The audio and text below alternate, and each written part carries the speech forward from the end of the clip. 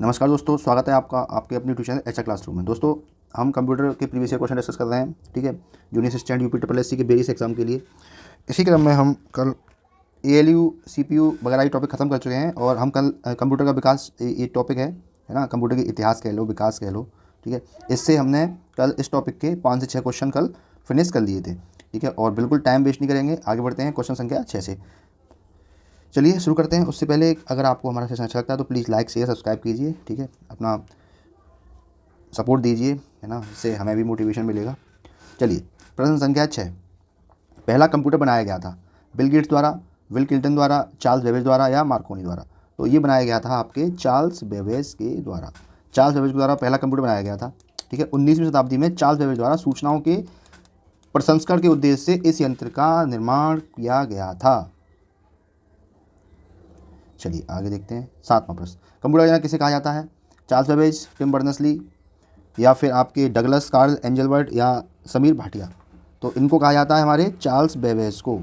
इन्होंने क्या किया था, 1822 में एक डिफरेंस इंजन बनाया था। क्या बनाया था? डिफरेंस इंजन बनाया था। तथा इसके बाद क्या बनाया था? इसके बनाया था एनालिटिक इंजन। एनालिटिक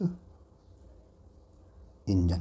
ठीक है, ये एक कंप्यूटर का बेसिक मतलब कंप्यूटर का बहुत ही मतलब बेसिक वो था, है ना। तो ये छोटी मोटी गणनाएं करता था, है ना। एनालिटिकल इंजन क्या करता था? तार की गणनाएं भी कर लेता था।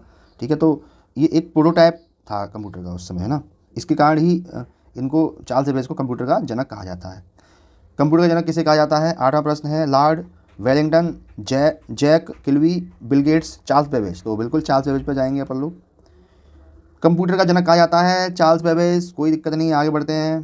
कंप्यूटर का पिता किसे कहा जाता है? कुछ भी कह लो, कंप्यूटर का पिता, बाबा, दादा, सब कौन है? हमारे चार्ल्स बेबेज।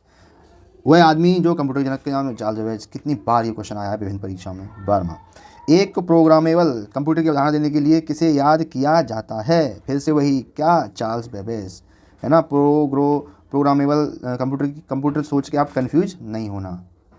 अगला क्वेश्चन, प्रश्न संख्या आपका है 13। कंप्यूटर के जन्मदाता कौन थे? तो फिर से कंप्यूटर के जन्मदाता कौन थे? हमारे चार्ल्स बेबेज। ये प्रश्न लोअर पीसीएस में आया हुआ क्वेश्चन है। 14वां प्रश्न, चार्ल्स बेबेज ने निम्नलिखित में से कौन सी मशीन बनाई थी? विश्लेषक इंजन, अंकगणितीय इंजन, सारणीय यंत्र, छिद्रित कार्ड? तो क्या था आपका? विश्लेषक इंजन, या फिर इसी को हिंदी में क्या बोलते हैं? Analytical engine. Analytical engine.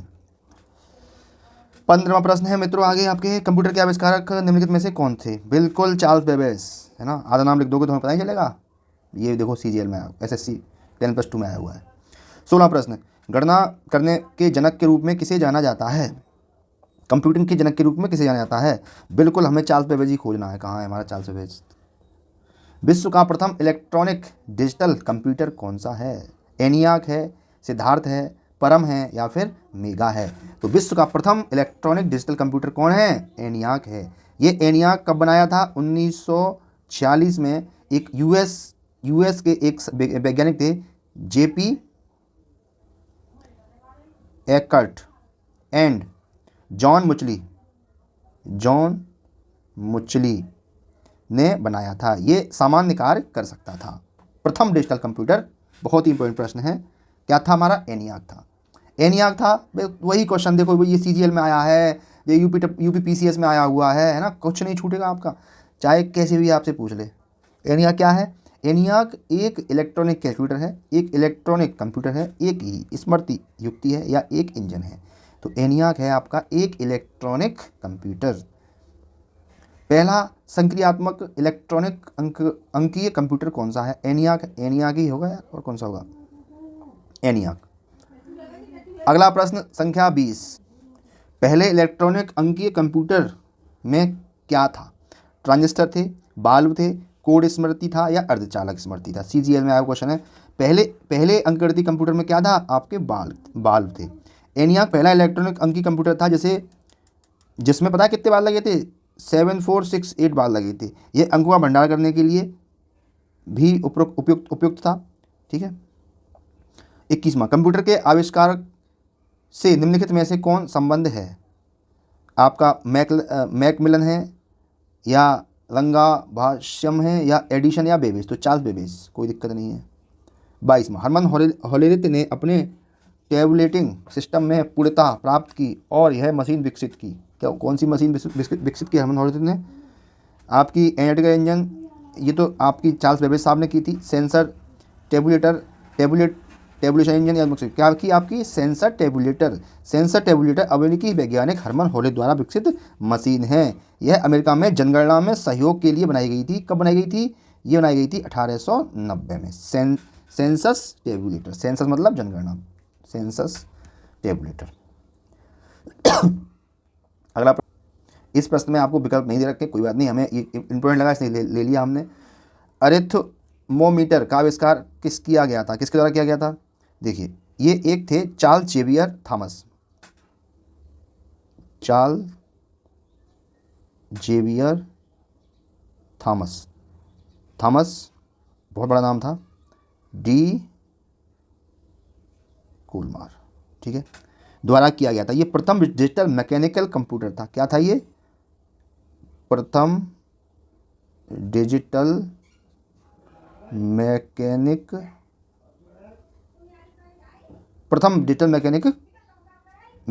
Calculator, sorry calculator, computer नहीं, कैलकुलेटर था, ठीक है। कौन था? अरिथमोमीटर, ठीक है। 1820 में बनाया गया था, काफ़ी पहले बनाया गया था। 24वां, वाणिज्यिक उद्योग के उपयोग के लिए उपलब्ध कराया गया पहला कंप्यूटर था। मनियाक, एनियाक, यूनिवैक, या एडवैक?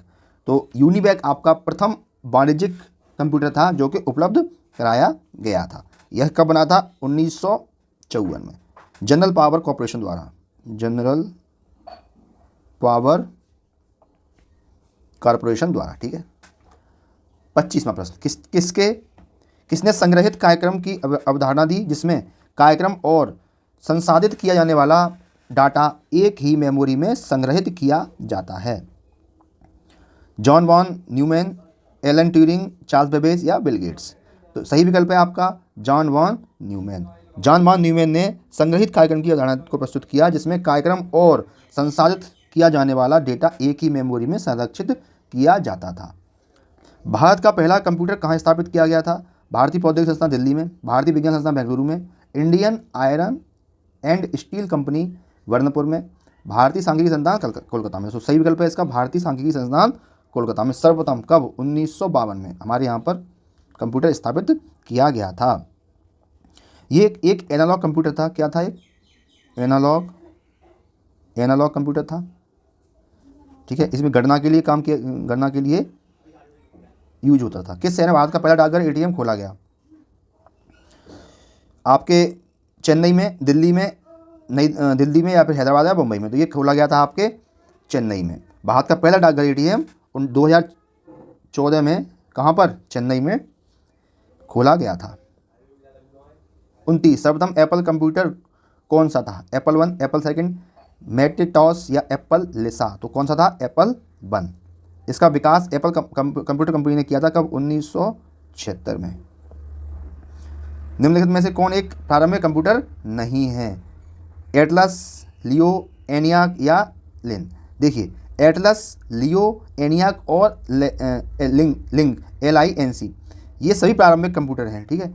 तो जब पेपर हुआ था NTPC RRB ने, रेलवे ने लिया था, तो ये वाला क्वेश्चन क्या कर दिया था? निरस्त कर दिया गया था, क्योंकि ये सारे ही आपके प्रारंभिक कंप्यूटर हैं, ठीक है। चलिए, अभी क्वेश्चन खत्म हो गए, मुझे नई PDF ऐड करनी पड़ेगी, 1 मिनट का टाइम दीजिए। वो टॉपिक खत्म हो चुका है, अब नया टॉपिक है आपका कंप्यूटर की पीढ़ी। नेक्स्ट टॉपिक कंप्यूटर की पीढ़ी, बहुत इंपॉर्टेंट टॉपिक है ये। कंप्यूटर जनरेशन का 1 से 5 का सही क्रम चुनें। सही क्रम चुनना है हमें 1 से 5 तक कंप्यूटर की पीढ़ी का। चलिए पहले देख लेते हैं ना, क्या क्या था पहली पीढ़ी में। क्या था? देखो, पहली पीढ़ी में था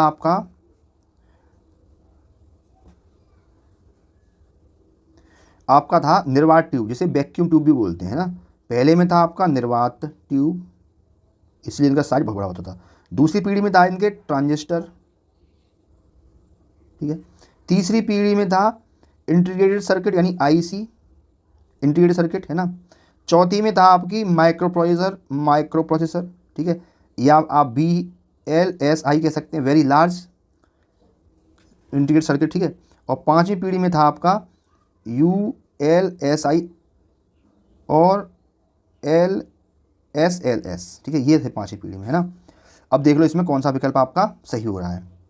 देखिए वैक्यूम ट्यूब सही है, पहली पीढ़ी सही है, ट्रांजिस्टर सही है, इंटीग्रेटेड सर्किट AIC सही है, VLSI सही है ना, VLSI आ गया, है ना, और माइक्रो प्रोसेसर सही है इसी पीढ़ी में, और ULSI माइक्रो प्रोसेसर बिल्कुल सही है, आपका पहला ही विकल्प हमें सही मिलेगा, ठीक है। Very large scale integrated circuit.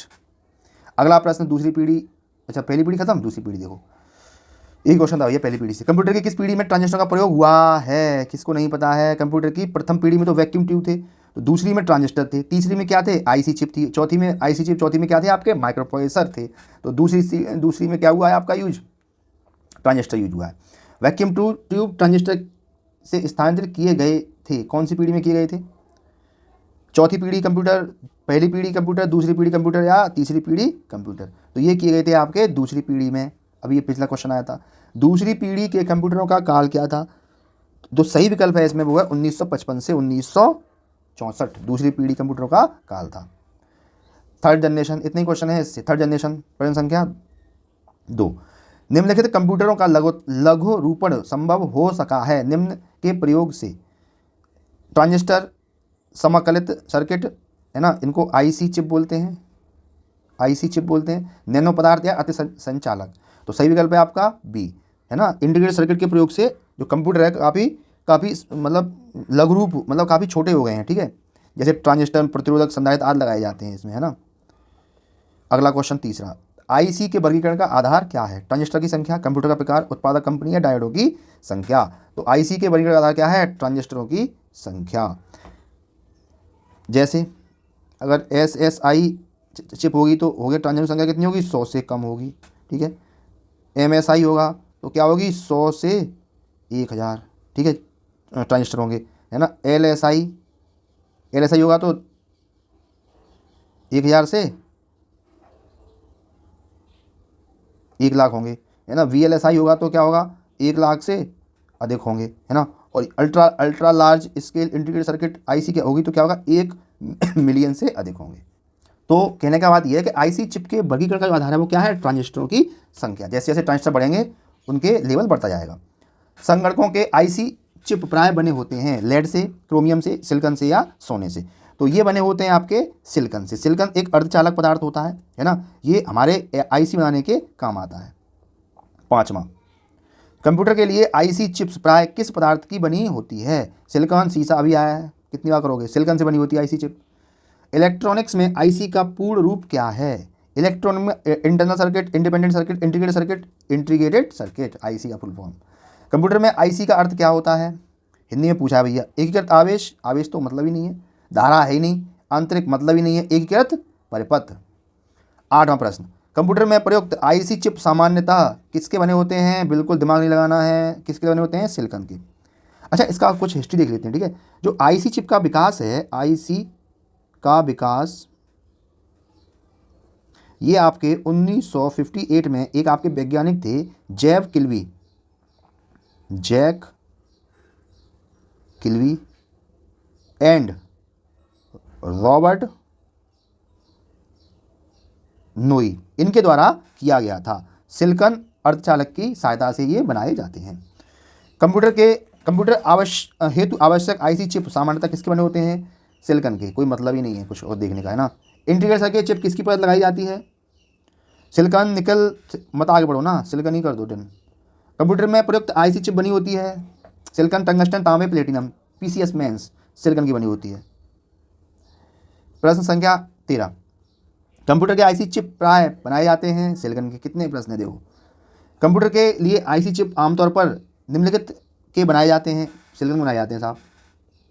Microchip बनाने के लिए प्रयोग किया जाता है, कितनी बार आएंगे, सिलिकॉन। लेकिन में से कौन एक नवीनतम पदार्थ है कंप्यूटर चिप्स के उत्पादन के लिए प्रयुक्त हो रहा है, कुछ ट्विस्ट आया। Carbon, gallium arsenide, gallium silicate या सिलिकॉन। देखो सिलिकॉन तो पहले था, नवीनतम पदार्थ पूछा है, तो नवीनतम पदार्थ आपका क्या है, गैलियम आर्सेनाइड। ये होता क्या है, ये होता है गैलियम प्लस आर्सेनाइड, आर्सेनाइड का मिश्रण होता है। ठीक है, ये नवीनतम अर्धचालक है जो कंप्यूटर चिप्स बनाने के प्रयोग में होता है। चिप्स मतलब चिप्स, है ना। अगला प्रश्न, निम्नलिखित में से कौन तीसरी पीढ़ी संगणक का मुख्य इलेक्ट्रॉनिक अवयव है? आपके इलेक्ट्रॉनिक ट्यूब बिल्कुल नहीं है, ये प्रथम पीढ़ी का था, है ना। निर्वात ट्यूब था, इलेक्ट्रॉनिक ट्यूब भी नहीं था। ट्रांजिस्टर सेकंड पीढ़ी, प्रकाशीय तंतु या समेकित पथ, तो तीसरी पीढ़ी किसकी है? आईसी की। तीसरी पीढ़ी किसकी है? आईसी की। 18वां, सिलिकॉन है। सिलिकॉन क्या है? कंडक्टर है, सेमीकंडक्टर है, इंसुलेटर है, इनमें से कोई नहीं। तो सिलिकॉन आपका क्या है? एक सेमीकंडक्टर मटेरियल। 19वां, एक एकीकृत परिपथ चिप संयोजन अग्रों के बने होते हैं। 19वां है सिलिकॉन के, मत पढ़ो आगे ना। सिलिकॉन है, कॉपर और एल्यूमिनियम, सिलिकॉन ही है आपका अर्धचालक। एकीकृत परिपथ में प्रयुक्त अर्धचालक चिप निम्न की बनी होती है। सिलिकॉन। कंप्यूटर हार्डवेयर में जो सिलिकॉन का बना होता है आंकड़ों की बहुत अधिक मात्रा को भंडार में रख सकता है, वह कहलाता है डिस्क, चिप, मैग्नेटिक टेप या फाइल। तो जो सिलिकॉन का बना होता है हार्डवेयर और भंडारण में काफ़ी ज़्यादा मेमोरी रखता है, उसे क्या कहते हैं? चिप, है ना। चिप कहते हैं ना आप, 2 GB की चिप, 5 GB की चिप। ये एक सिलिकॉन की पतली चिप होती है जिस पर विशेष प्रक्रिया से इलेक्ट्रॉनिक सर्किट बनाए जाते हैं जिससे अधिक मात्रा में भंडारण किया जा सके। 23वां प्रश्न, एक छोटे सिलिकॉन चिप पर ट्रांजिस्टर और अन्य इलेक्ट्रॉनिक उपकरण द्वारा बने पूर्ण इलेक्ट्रॉनिक सर्किट को कहते हैं work station, CPU, integrated circuit, magnetic disk या इनमें से कोई नहीं। तो उसको कहते हैं आप integrated circuit, IC chip, IC chip. ठीक है। कंप्यूटर में इस्तेमाल होने वाली इंटीग्रेटेड सर्किट चिप बनाने में निम्नलिखित में से कौन से रासायनिक तत्व एक टेट्रावैलेंट उपधातु का इस्तेमाल किया जाता है? सोना, चांदी, सिलिकॉन या कॉपर। तो इस्तेमाल किया जाता है आपके सिलिकॉन का। कंप्यूटर का इस्तेमाल करने वाली विशेष इंटीग्रेटेड आईसी चिप बनाने के लिए सिलिकॉन नामक एक रासायनिक तत्व जो एक टेट्रावैलेंट उपधातु है। ये कैसी है आपकी? एक टेट्रावैलेंट उपधातु है, यानी 6 संयोजी होते हैं इसमें, उपधातु है, जो केमिस्ट्री पढ़ी होगी वो जानते होंगे। उसको इस्तेमाल किया जाता है। चौथी पीढ़ी कंप्यूटर का निर्माण में प्रयोग किया जाता है। निर्वात, ट्रांजिस्टर तो पहली निर्वात था। ठीक है, दूसरी ट्रांजिस्टर, तीसरी में क्या थे हमारे? IC chip. अगला प्रश्न 2, निम्नलिखित में से कौन से वर्ग में कंप्यूटर माइक्रोप्रोसेसर का प्रयोग करते हैं? कंप्यूटर माइक्रोप्रोसेसर का प्रयोग करते हैं पहली पीढ़ी, चौथी, तीसरी, दूसरी। तो माइक्रोप्रोसेसर का यूज कब होता था? आपकी चौथी पीढ़ी में, चौथी यानी 4th जनरेशन। 5वीं पीढ़ी आ गई साहब। वर्ष 2015 तक कंप्यूटर की पीढ़ियों का उत्पादन हुआ है 6, 5, 4 या 3। तो 2015 तक 5 पीढ़ियों का उत्पादन हुआ है। पाँचवीं पीढ़ी है वो 1990 से अब तक कंटिन्यू है। ठीक है, तो अभी ये क्वेश्चन बचे नहीं, एक ही 2 बचे हैं, कर ले रहे हैं फिर। तो एक क्वेश्चन बचा है लास्ट। बहुत अच्छी बात है, हमने आज बहुत क्वेश्चन कर डाले यार। 5वीं पीढ़ी के कंप्यूटर उपयोग करते हैं निर्वात ट्यूब का, ट्रांजिस्टर का या समाकलित सर्किट का, या कहते हैं बौद्धिक तकनीकी था। तो ये अभी जो 5वीं पीढ़ी है वो एआई बेस चल रही है। आपने सुना होगा एआई है ना, ऑटोमेटिक एआई वाला, है ना। करते हैं हम बौद्धिक तकनीकी। ठीक है, तो ये जो है आपका आंसर इसमें डी है। अभी एआई का ज़माना है। ठीक है, तो 5वीं पीढ़ी किस पर बेस्ड है? आपके एआई पर बेस्ड है। इसमें रोबोट बनाए जा रहे हैं जो आवाज़ को पहचानते हैं, उनका निर्माण किया है। ऐसे ऐसे कंप्यूटर बनाए जा रहे हैं जो स्वयं निर्णय ले सकता है ना, कृत्रिम बौद्धिक तकनीक के कारण। दोस्तों, हमने आज काफ़ी क्वेश्चन कर लिए, अभी ये क्वेश्चन यहीं तक है ना। तो प्लीज़ आपको अगर ये हमारा प्रयास अच्छा लगता है तो आप हमारे मोटिवेशन के लिए प्लीज़ लाइक, सब्सक्राइब और शेयर कीजिए। कोई अगर सुझाव हो तो हमें दीजिए, काफ़ी मेहनत लगती है, प्लीज़, है ना। थोड़ा सा आपकी तरफ से यही फेवर मांग रहे हैं हम। प्लीज़ चैनल को लाइक कीजिए, है ना, और सब्सक्राइब किए हुए होना मत जाना, है ना। जो ऑडियंस आती है हमारे चैनल पर देखने, मतलब हमारे वीडियोस को देखने के लिए जो मित्र आते हैं वो बिना सब्सक्राइब के चले जाते हैं, है ना। व्यू तो काफ़ी ज़्यादा आ जाते हैं लेकिन सब्सक्रिप्शन रेट नहीं बढ़ रहा है। ठीक है, चलिए फिर मिलते हैं कल किसी और नए अच्छे इन्फॉर्मेटिव सेशन में। आप मस्त रहिए, व्यस्त रहिए, है ना, खूब मेहनत कीजिए, लक्ष्य मिलेगा आपको। तब तक के लिए जय हिंद, जय भारत।